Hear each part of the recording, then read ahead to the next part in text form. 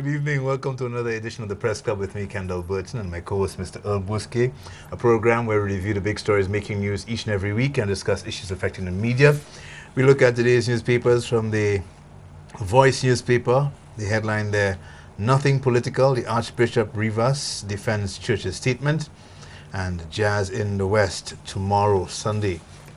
The Mirror newspaper, Rejuvenation of Broadcasting Network, Minister says plans afoot to beef up national agenda. And the Star newspaper, quarry victims suffer in suspect silence, and fatal vehicular accident claims 2 young lives. Did your big story for this week make the newspapers this week, Mr. Buske? Yes, it did. The front page of The Voice. I think the position taken by the church and the response to the position is the big issue of the week, considering that the presentation of the first round of the budget was really not as much an issue as one would have expected. But certainly the fact that the Archbishop has had to come out and explain that his position was non-political, that the church was taking a position based on social justice, informed by papal edicts, by and every pope issues edicts that the flock can follow around the world. And it's unfortunate, in my view, that conservative forces in St. Lucia, whether right-wing or conservative in the backward political sense, and that is how I describe the people who attacked the Archbishop. Earlier today, I suggested to somebody that it might have to do with the fact that he's non-St. Lucian, but then Archbishop Felix wasn't St. Lucian either. The problem is that we are so cloistered in our assessment of party politics in St. Lucia that it is my party always right, and my party could never be wrong. And anybody against my party is against me. So that when you have the Catholic Church taking a position based on social teachings, and the Catholic Church is attacked and told, stay out of politics, go and save souls, and leave the bellies to the government. I think that is totally wrong, that is backward, that is not in keeping with where things are at today. Because, Kendall, this weekend as we speak, tonight as we speak, the Church of England, Anglican Church, the Archbishop of Canterbury and the Archbishop of Kent, a European white and an African black, they have issued a joint statement yesterday calling on Anglicans across Britain to watch their vote and to make sure that they vote for the party that will make life better for them, that will improve Britain, that will improve social conditions, that will be taking care of people. The Anglican Church, which is the Church of England, the majority church in England, the two top archbishops, Archbishop of Canterbury and Archbishop of Kent, issued that statement yesterday, which is in all of the British papers as we speak tonight. Thursday, day before yesterday, President Donald Trump signed an executive order more or less claiming to give more religions rights to express themselves, including to express themselves in politics. Now, the U.S. Constitution already gives religions those rights, but Trump, being who he is, passed that executive order to please his white religious right supporters because the religious vote in the United States, particularly the Catholic vote, is divided. But religious votes play a role in elections in the States, in England, like in St. Lucia. So if, my God, the Church of England, the Anglican Church, can call on its members, Anglicans in England, to be careful how they vote, and if Donald Trump could say to religions in America, I'm in charge now, so you have more rights to get involved in politics, who are we to tell the Archbishop of the Diocese of Castries that the Catholic Church cannot take a position based on what the Pope says in Rome? I think part of the problem with that is, as the editor in The Voice points out, and you quite rightly say, a lot of these churches in these countries are regularly exercising that power and that influence. The Catholic Church, like a lot of the other churches in St. Lucia, denominations in St. Lucia, have been silent on a lot of issues, and I think that is where the issue lies. Why have they decided to latch on this particular issue, according to one talk show host, when there are so many other atrocities being committed, rapes, murders every other week? No comments, no statements, no reactions. I think that is the issue. Why is the church not constantly vocal on these issues? Well, different churches in different places operate differently. It depends on the leader of the church. I am not sure. Who are we to say that that was an idea that came up with and from Archbishop Rivas? The way churches operate, the way these things operate, the pressure has to come from below. Somebody, a group of persons, must raise the issue from below, and as it goes up, it must get enough support to move the leadership of the church to move on that issue. So I hear all the talk about why the church isn't talking about rape, why the church isn't talking about homosexuality, why the church isn't talking about priests who defy the celibacy, why the church, and a lot of those things are more rural issues rather than issues that deal with social policy. Now, I am not saying that the church is right not to talk about rape, the church is right not to talk about violation of celibacy, the church is right not to address the issues that people are accusing it of. But likewise, I would say, why is it only now, when the church takes a position, that we are saying, why isn't it taking a position? If the church hadn't taken this position, when would we have discovered that the church is not waking up to issues? I think what we need to do is to examine the yea or nay, the right or wrong. Is the church right in defending the rights of not only its Catholic members, but the rights of St. Lucians? The church comments on the DSH agreement. It says that it finds the agreement not to be in the interest of people living within this the scope. So is that true or is it not? Is the church saying anything that nobody else hasn't said?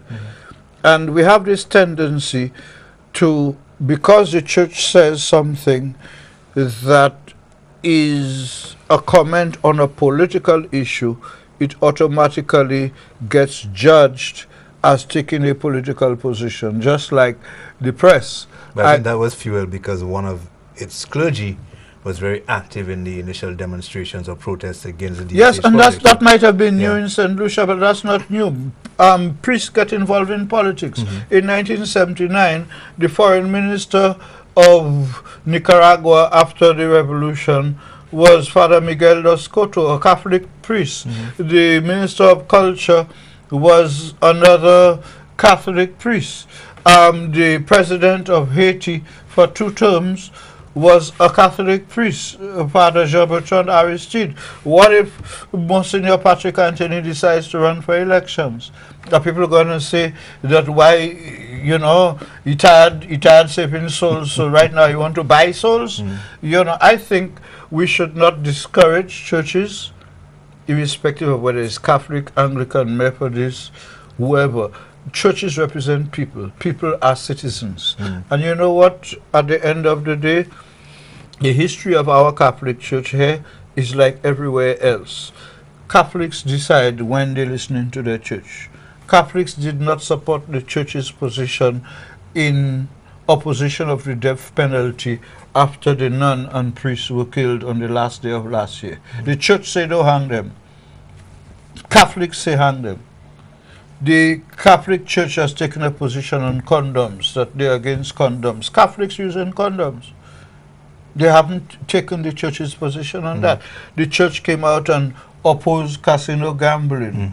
There were Catholics for and Catholics against. Similarly, on this position that has been taken by the church, you and I know that Catholic UWPs will tell the church go to hell because they're supporting their party. And Catholic liberites will say, you know, the church is right.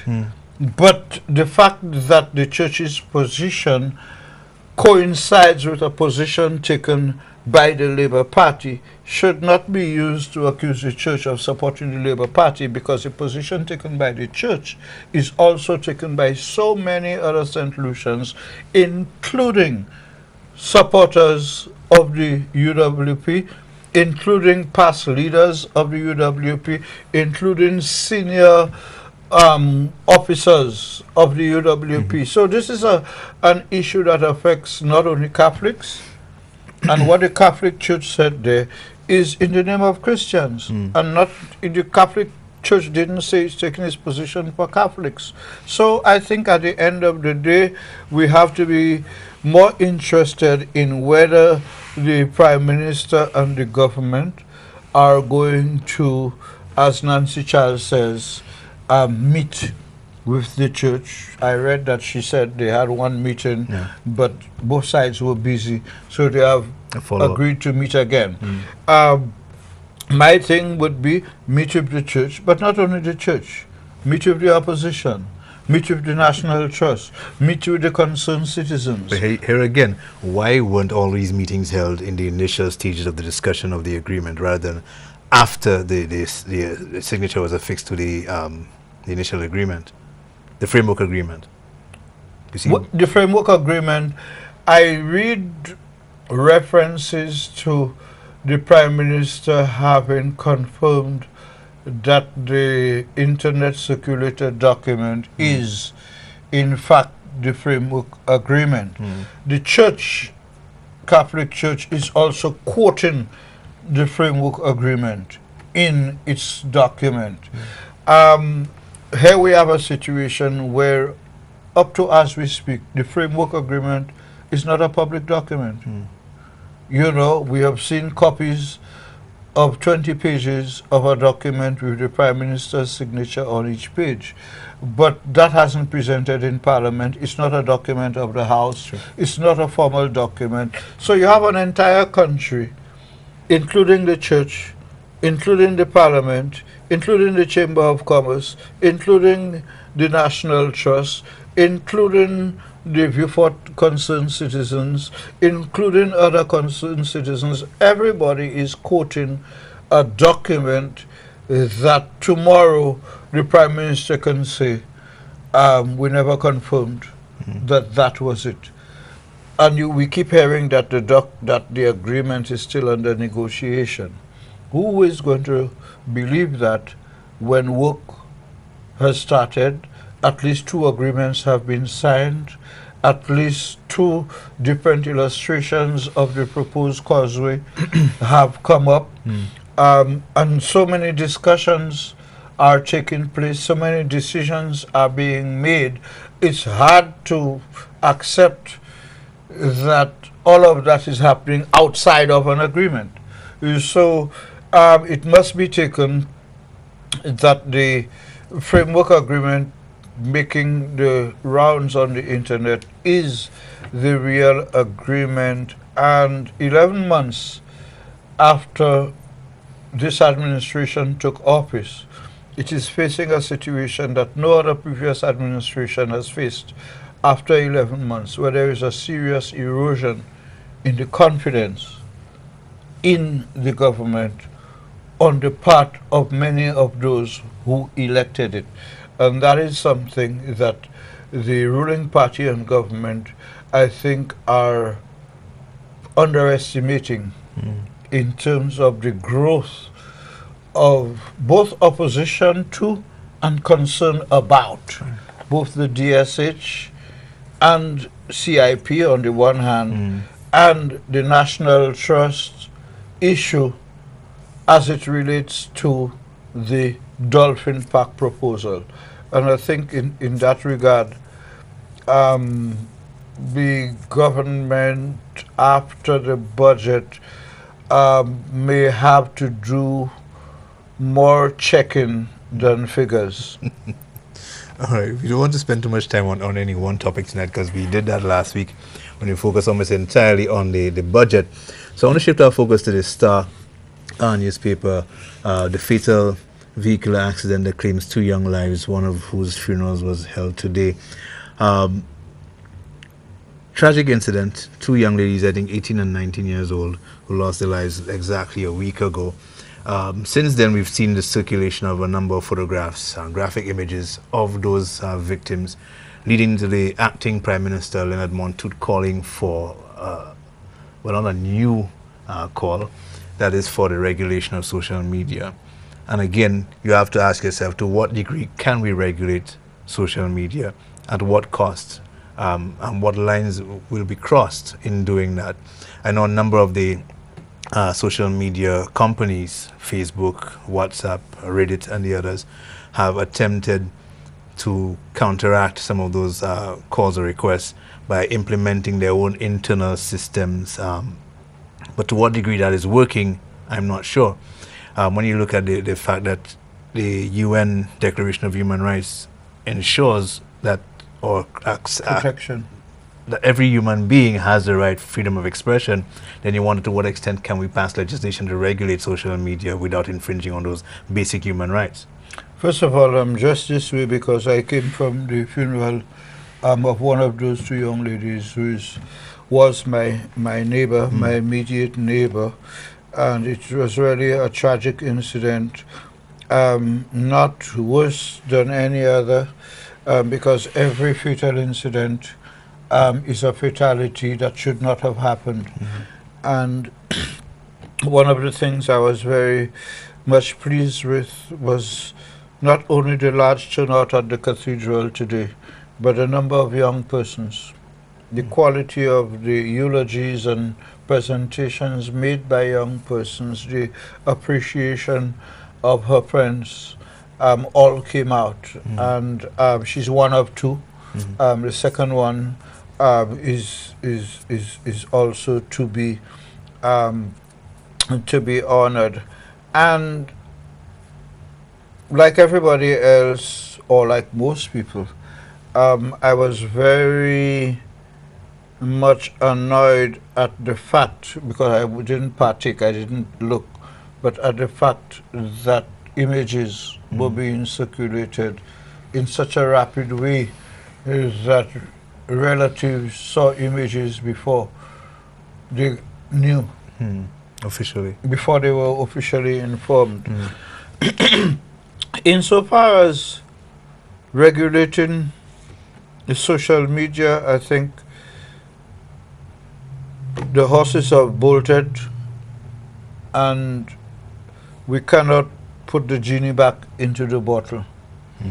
The social media today is at a stage where information is at our fingertips, faster than the speed of sound, and that is something which is more appreciated and being used in a positive way than in a negative way. We are naturally infuriated by the fact that people would use these gadgets for wrong reasons, just like people would use guns for violence rather than protection.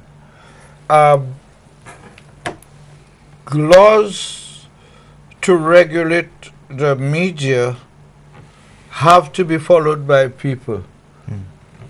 And if we follow the context that the reason why laws continue to be revised is because they're always broken, and people always find ways around laws, what you would have is the situation we're seeing today when the internet service providers, is that what you call Facebook and them?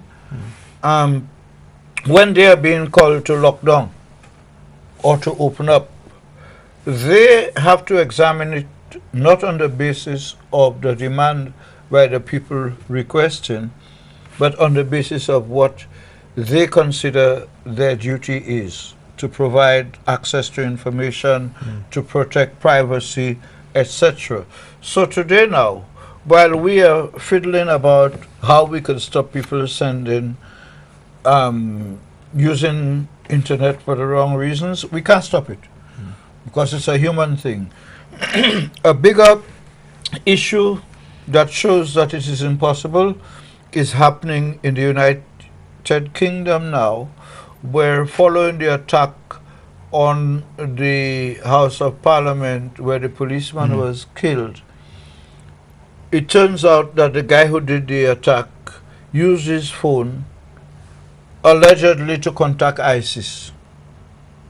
And according to the Home Secretary in Amber Rudd in the UK, the Scotland Yard could not find out who he spoke to because he used the encrypted code.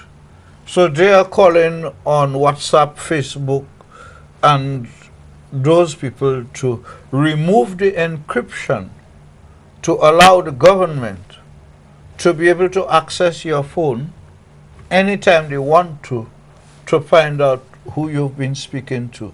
Now that demand is being made within the context of fighting terrorism, which sounds good. But what the demand is saying is remove encryption, so that if you want to send an encrypted message to Japan or the Philippines, and they decide the government wants to know what's the last message you sent, they have that right to violate your protection of privacy by just going, because the encryption has been removed. So Facebook and WhatsApp and them are saying, listen, the reason why we have the encryption is to protect and provide privacy. And if we remove it, even if to assist in 1, 2, or 10 cases of terrorism,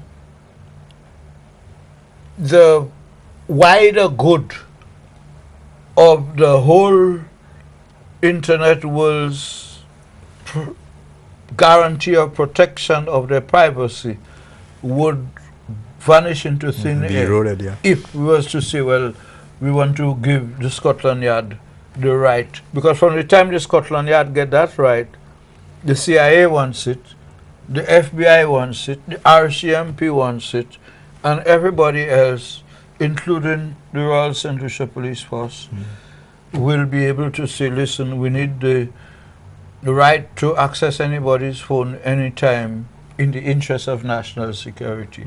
So coming back home, I think we're knocking our head against a wall. It is impossible to put the genie back in the bottle. I think we could only continue to appeal to the good sense of people and ask people not to circulate. I say to people, don't send them pictures for me. I don't want to see pictures of dead people. I don't want to see pictures of accidents. I don't want to see pictures of blood flowing.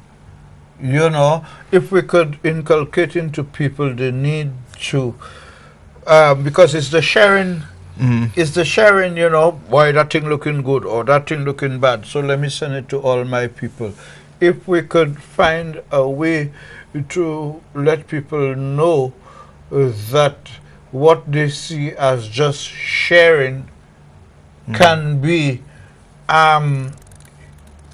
sharing bad vibes in a way that it could take lives, that it could affect families, that it could have all of the negative consequences that we are complaining about. But like with the bishop letter, you notice we only making that noise when somebody die. We're due for a break. We'll take it when we come back. We'll look at some of the other issues in the news as well as issues affecting the media generally. This is the Press Club. We'll be right back.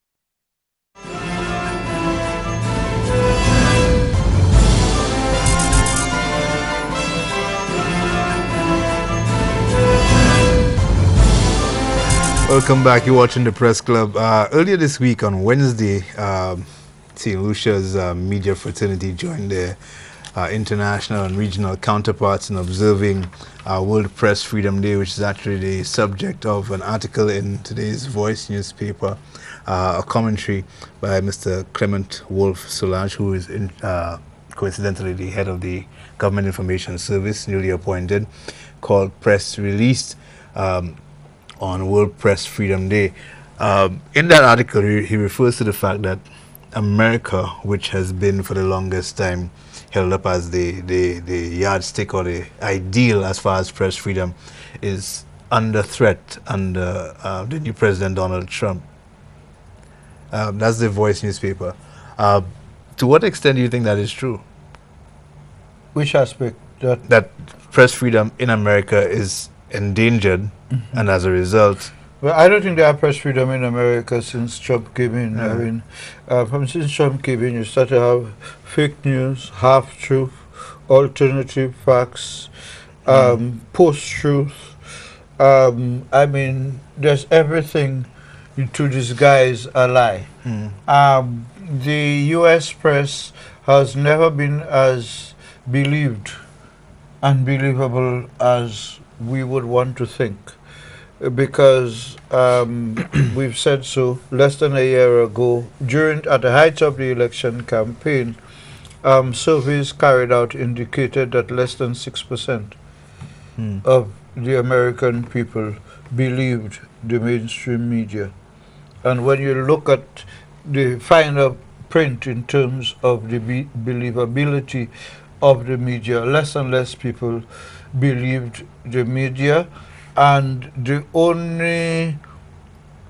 only institution that matched the media in its unbelievability in the United States was the U.S. Congress.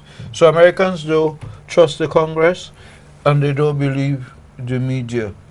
That was during the campaign.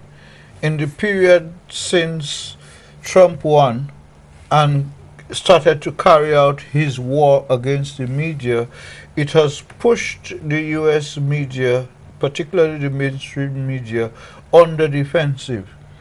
From CNN, go all the way back down, New York Times, Washington Post, they're all regarded fake news. And the threat, if there is a threat to the US media, it is a threat from the White House, from the Trump administration. The There are those who would say that women and women's issues have become so powerful and influential in the media, in the US media, that a man like Mr. Fox, who got fired, O'Reilly? like O'Reilly, could get dismissed because some women make allegations against him. Women don't see it that way. You know, obviously, here you had a situation where one media house had paid up to 12 million US dollars in secret, you know, out of court settlements for their best talk show host, who was bringing in the money, but was insultive to and assaulting of women. So I don't buy that the U.S. press is under threat.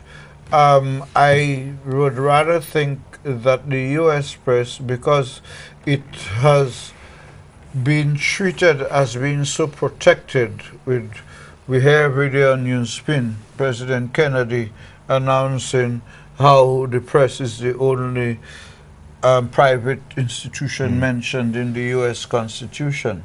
I don't know why we keep hearing that in St. Lucia, because no press is guaranteed anything under our Constitution.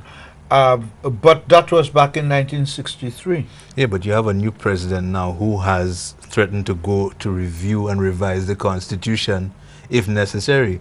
Oh yeah, but that's why I tell you the threat is from the White House. Yeah, but that's a significant threat. It is a significant threat insofar as what it represents, but I'm not sure that Trump is going to get through, because remember, as executive president, he can take certain actions, but he cannot pass laws that would violate the Constitution. For Trump to get through to do what he's threatening to do to the press, you would need the support of the U.S. Congress. And in his first 100 days, he learned very early that the Congress is not necessarily in his back pocket, even though his party won all three of the major centers of power. So that the press is still such a sensitive issue in the States that I don't think in one go Trump would be able to get the U.S. Congress to give him the power to curtail the press. So that's another one I think he'll have to climb down, just like he has had to climb down on the wall issue, and he's had to climb down on the immigration issue. Yeah, we have our first call. Good evening, you're on the air. Mr. Button, good evening, Mr. Earl. Hi, good evening. Right. Last week in Parliament, I heard the ex-Prime Minister say in Parliament, Which one? that was the ex-Prime Minister, Mr. Kennedy Anthony, Right. and said that the airport tax they're making people pay, it's illegal. They make you pay that tax, on which they say they're putting it in a sink fund. It's illegal. So if I go on the airport and I refuse to pay that tax, what would happen to me? You won't be able to get a flight. Because as far as the government is concerned, it is legal. As far as the airport people are concerned, the law, the government require them to collect the tax. So they will tell you, if you think it is illegal, go to court, take the government to court. But they will not put you on the flight. My best advice to you would be to go and keep your receipt and file your case with your receipt after your flight. But I cannot understand that, because a government shouldn't introduce something that's not illegal, and it's going on as if it's legal.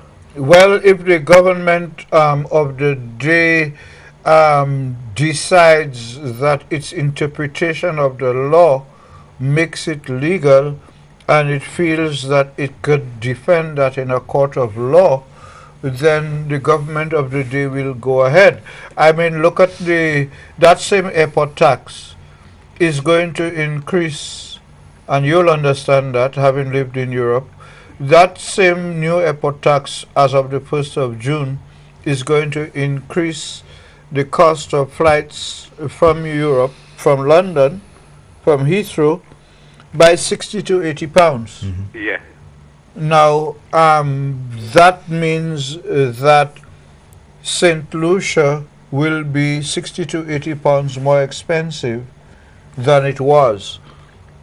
And if people, as you know, when Europeans want to travel, they want the cheapest flight. So that would automatically disqualify us from the people who are looking for the cheapest flight. But the government is saying, listen, the chairperson of the tourist board is saying, listen, we're not really going to lose that much because the hotels have agreed to lower the room rate. Yeah. So that the money they lose on the flight, they will make it on the room rate. What you lose on the swing, you're going on the roundabout. Yeah, but my thing is, when you have already decided not to take the St. Lucia flight because it's too expensive, you can't save on the St. Lucia hotel room rate. So that's what I'm saying, that on the one hand, the opposition will see it one way, as illegal, impractical, ill-advised, etc. The government is seeing it another way, saying, yes, we need it. We're a special destination. If people want to come to St. Lucia, they have to be prepared to pay more because we're a better island with better things to show.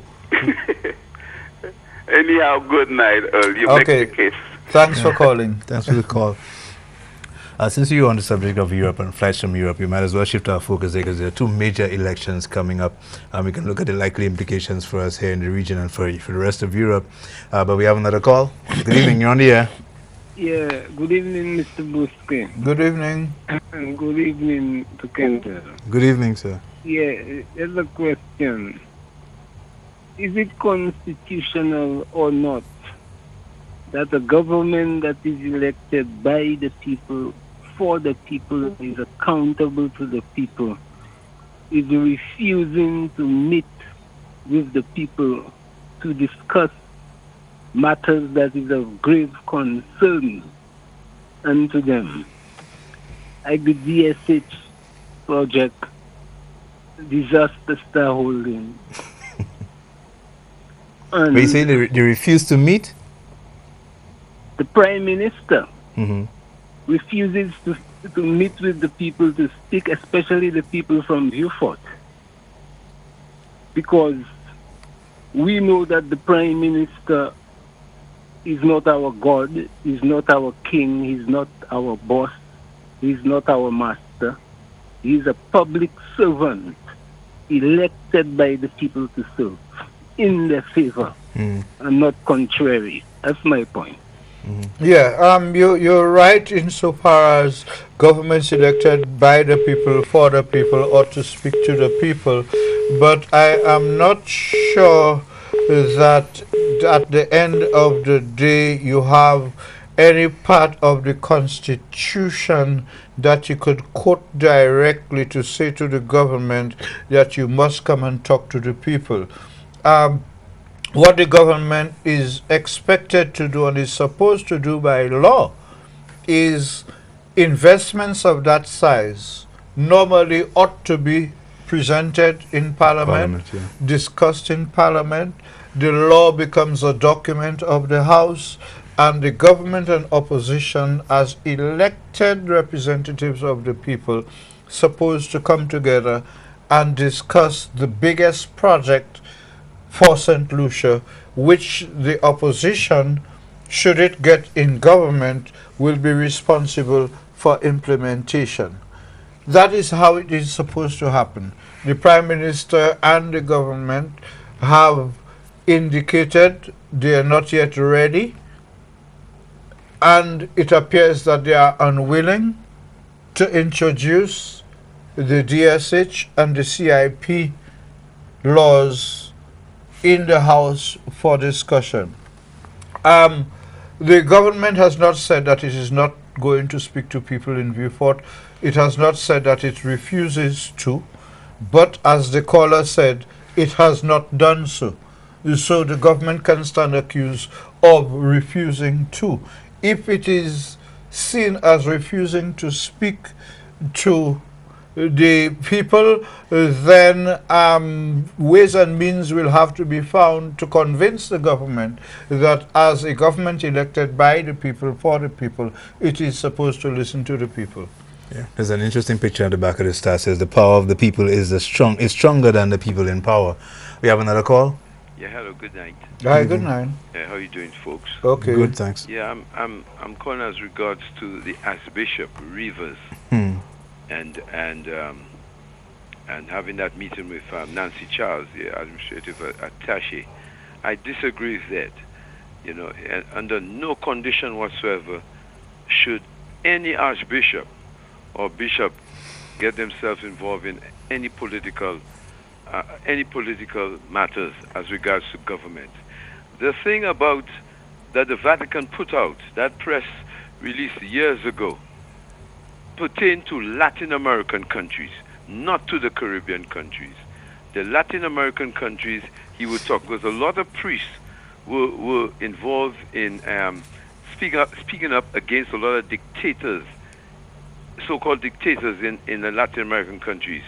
And it happened in Haiti. It happened in Cuba, where for a long time, El Salvador, and all these Latin American countries. And all of a sudden, there's the Archbishop Rivers for the first time going strongly against, because the reason why he did that is because pressure from the elite Catholics in the National Trust. That's how it all started, my friends.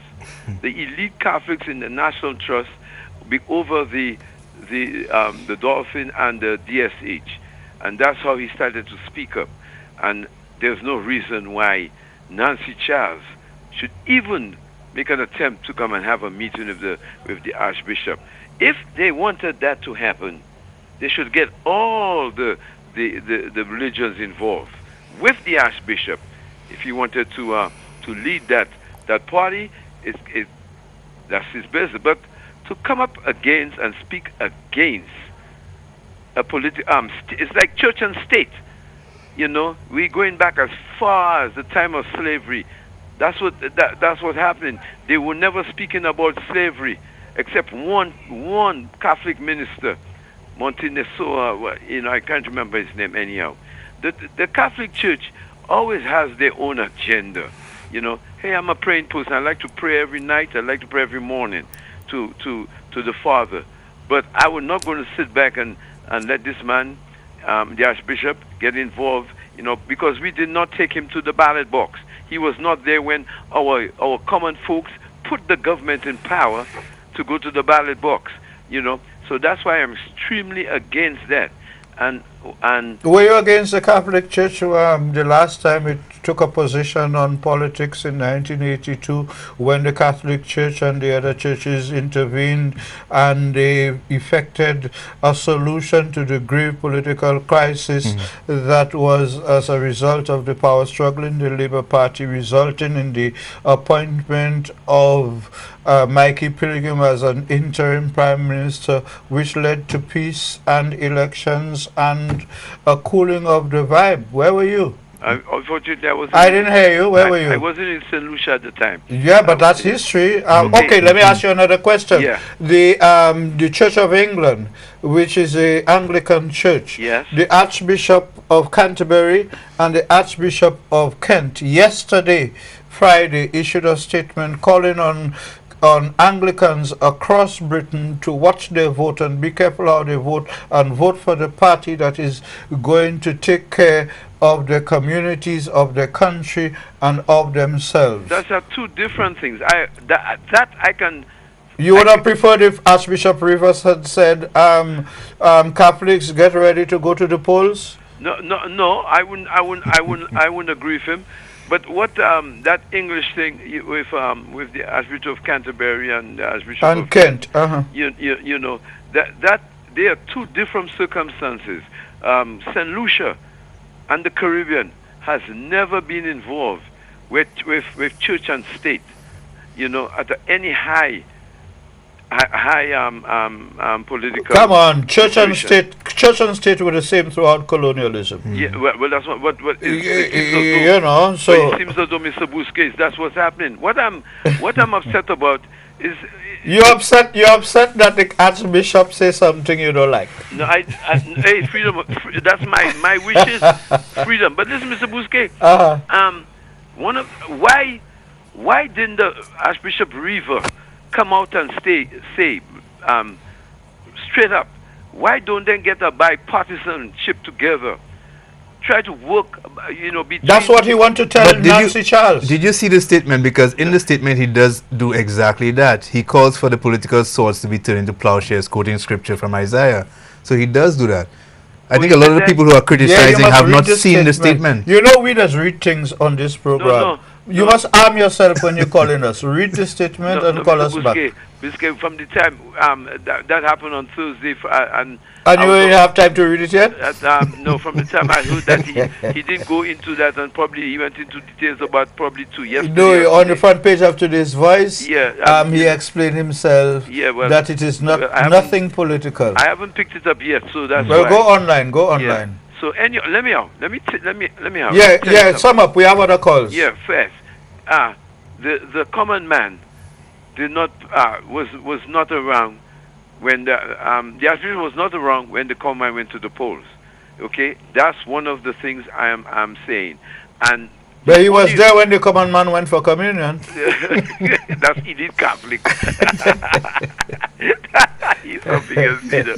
Anyhow, so said, so done. I think they should get a bipartisanship and get all the brains together. I agree with you on that. Even like yourself. I agree with you on that. And start that process going, because right now the country is stagnant. We don't even know what's happening. You know. Okay. And last of all, remember, there's thousands of youth that are going to be graduating in September. Another set of thousands. Remember that. Okay? Another set of thousands. Yeah, another set of thousands. All right. Thanks for calling. Bye-bye. Take care, folks. All right. You see, I think the church is within its right to speak out, as you mentioned earlier, because it represents a large base, you know, a large membership. But their right to do that is also biblically based, all the way back to John the Baptist, who challenged the king, then a number of prophets who challenged the establishment on the basis that God instructed them to do so. We have another call. Good evening. Our final call, by the way. Good evening. Hi, good evening. I want to say the priest have a right to speak out because he is speaking on behalf of his parish, which I'm sure concerned citizens have expressed their concerns to him. And also the Prime Minister, the present Prime Minister, and also other members of his party during election time, they went to the Apostolic Faith down in Vifort, and they went to other churches up north, and they brought the politics in. So why now the persons who are ruling, governing the churches cannot give their view when they brought it into the church during elections time? So I think it's a balance right now. Okay. Thank you. All right. Thanks for calling. I think that. Sorry. We're about. Go ahead. No, I think that it's an issue that it is going to continue to be discussed. I think, you know, you're having the partisan response to the Archbishop rather than normal human responses. You know, the responses we're getting is either for or against. Nobody is trying to understand that the Archbishop didn't just wake up one morning and decide to issue a statement, and he will not every day issue a statement, you know, on everything that everybody wants to hear. But when any church leader, Archbishop of Catholic, Anglican, or Methodist, or Pentecostal, what have you, when they issue statements, we have to remember that every single Christian, every single Catholic, every single Anglican, every single Methodist is also a citizen, like every journalist, and each and every one of them who are 18 and over have a right to vote and to a political expression. And when the Archbishop takes a position on behalf of the Catholic Church, he is taking that position on behalf of all Catholics, including those who support it and those who don't support it. At the end of the day, he's not in a position to decide who is going to listen and who is not going to. But all he will want is that every Catholic listen to what he says and ask themselves whether what he says is in keeping with reality. And if it is, then they could take his advice. And he hasn't given advice to Catholics. He is giving advice, is offering advice to the government and to the political directorate and saying, fellas, let's talk or start talking about this thing. And like you said, that's what Christ was doing.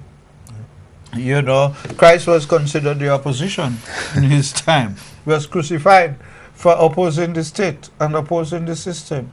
So I don't think we should crucify the Archbishop just because we disagree with what he says. He is also a citizen of St. Lucia. With that, we're out of time. Mr. Bousquet, always a pleasure as usual. Thank you for being here. Thanks for tuning in. Those of you who called, thanks for calling. We'll be back here next week. Hopefully you'll join us then for another Press Club.